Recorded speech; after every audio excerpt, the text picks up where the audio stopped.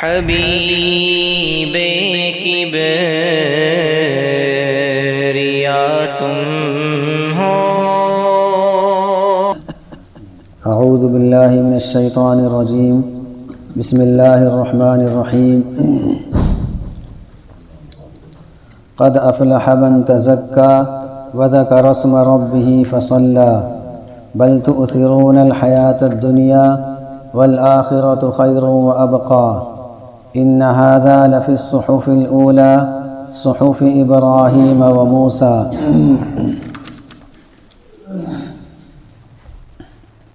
کامیاب ہو گیا وہ شخص جو پاک ہو گیا اور اس نے اپنے رب کا نام لیا، پھر نماز پڑھتا رہا، بلکہ تم لوگ دنیاوی زندگی کو ترجیح دیتے ہو، حالانکہ آخرت بہتر ہے اور زیادہ باقی رہنے والی ہے۔ بلا شبہ یہ چیزیں پہلے صحیفوں میں بھی موجود تھیں، یعنی ابراہیم اور موسیٰ علیہ السلام کے صحیفوں میں۔ اس سے پہلے آیت آئی تھی سیذکر من یخشی، کہ نصیحت وہ قبول کرے گا جس کے اندر اللہ تعالیٰ کا تقوی ہو، خوف الہی ہو۔ اب یہ تقوی کس کے اندر ہوتا ہے، تو اس کی وضاحت آج شروع ہو رہی ہے۔ قد افلح من تزکا،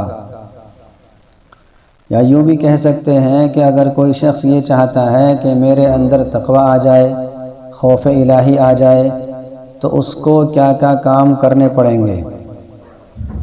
تو اسے اپنے نفس کو گندگیوں سے صاف کرنا پڑے گا۔ قد افلح من تزکا، کامیاب ہو گیا وہ شخص جو پاک ہو گیا۔ یہاں تزکا سے مراد ہر طرح کی گندگی سے اپنے آپ کو پاک کرنا ہے۔ اخلاق کی گندگی یعنی برے اخلاق سے اپنے آپ کو پاک کرنا ہے، اسی طریقے سے ظاہری گندگی یعنی جسم پر کوئی نجاست نہ لگی ہو، اس سے بھی اپنے آپ کو پاک صاف کرنا ہے۔ اور اگر کسی کا مال دبا رکھا ہے تو یہ بھی ایک گندگی ہے، تو اس سے بھی اپنے آپ کو پاک صاف کرنا ہے۔ گویا کہ جو بھی گندی چیز ہو سکتی ہے، چاہے وہ ظاہری اعتبار سے ہو، چاہے وہ باطنی اعتبار سے ہو، تو سب سے اپنے آپ کو پاک صاف کرنا ہے۔ جس نے سب سے اپنے آپ کو پاک صاف کر لیا وہ ہو گیا کامیاب۔ اور یہاں کامیابی سے مراد آخرت کی کامیابی ہے، دنیا کی کامیابی نہیں۔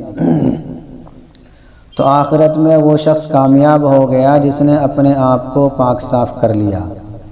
وذکر اسم ربہ فصلی، اور اس نے اپنے رب کا نام لیا، یعنی پاک صاف ہونے میں یہ بھی ہے کہ اپنے نفس کو پاک صاف کیا، پھر اس کے بعد یہ بھی کیا اپنے رب کا نام لیا۔ وذکر اسم ربہ فصلی، پھر نماز پڑھتا رہا۔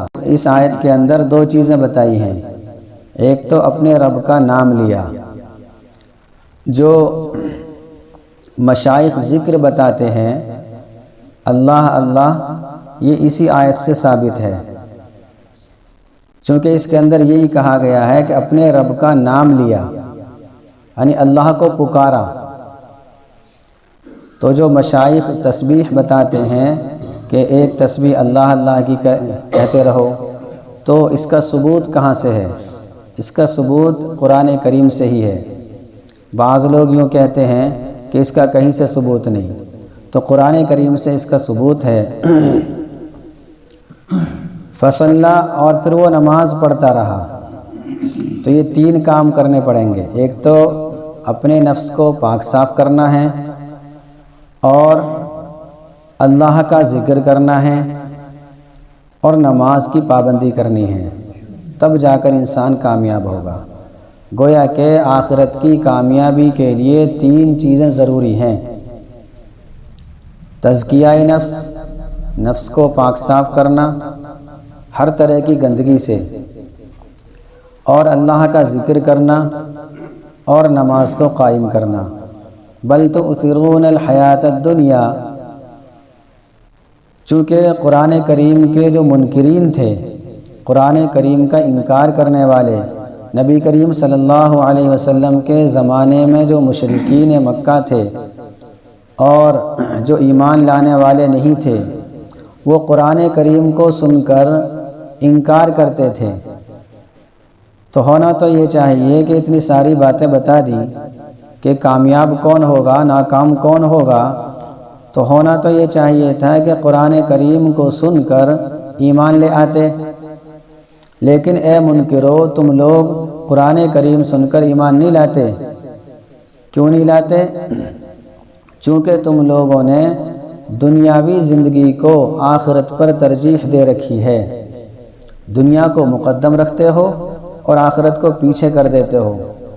دنیا کے جب تقاضے آتے ہیں آخرت کے مقابلے میں تو دنیا کے تقاضوں پر پہلے چلتے ہو اور آخرت کے تقاضوں کو چھوڑ دیتے ہو۔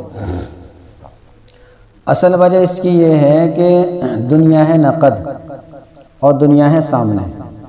حضرت عبداللہ بن مسعود رضی اللہ تعالی عنہ فرماتے ہیں کہ دنیا کو مقدم رکھنے کی اصل وجہ یہ ہے کہ دنیا ہے سامنے اور آخرت سامنے نہیں، وہ غائب ہے،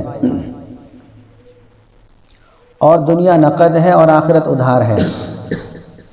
اس وجہ سے یہ منکرین اور قرآن کریم کا انکار کرنے والے یہ دنیا کو ترجیح دیتے ہیں اور آخرت کو بھول جاتے ہیں اور آخرت کا انکار کر بیٹھتے ہیں اور کہتے ہیں کہ آخرت کس نے دیکھی، موت کے بعد کی زندگی کس نے دیکھی۔ تو یہ انتہائی غلط بات ہے، چونکہ آگے آ رہا ہے وَالْآخِرَةُ خَيْرٌ وَأَبْقَىٰ، حالانکہ آخرت یہ بہتر ہے اور زیادہ باقی رہنے والی ہے۔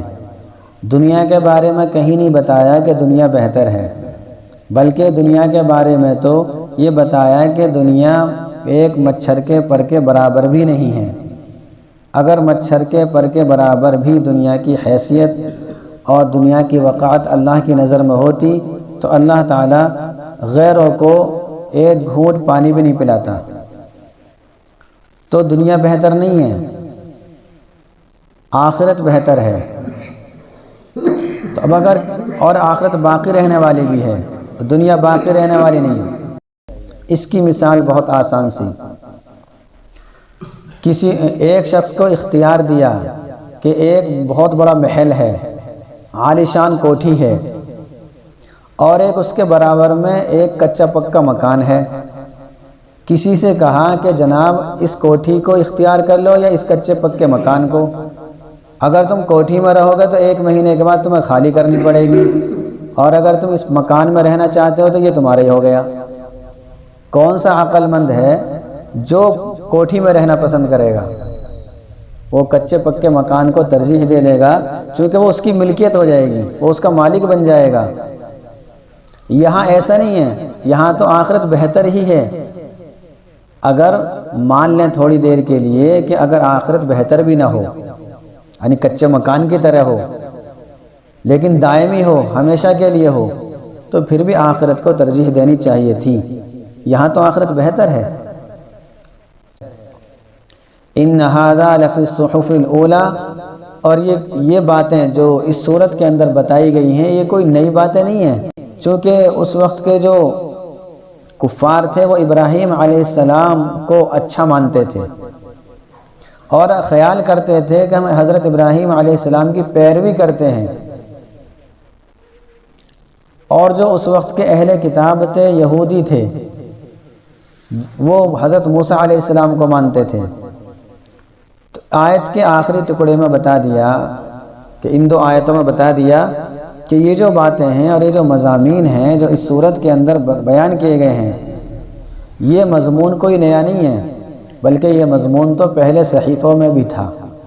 تم ابراہیم کو مانتے ہو تو ابراہیم علیہ السلام پر جو صحیفے نازل ہوئے ہیں ان میں بھی یہ مضمون تھا۔ قرآن کریم میں جو مضامین ہیں وہ سارے کے سارے مضامین پہلی شریعتوں میں جو صحیفے نازل ہوئے ہیں انبیاء کرام پر، ان پر تھا۔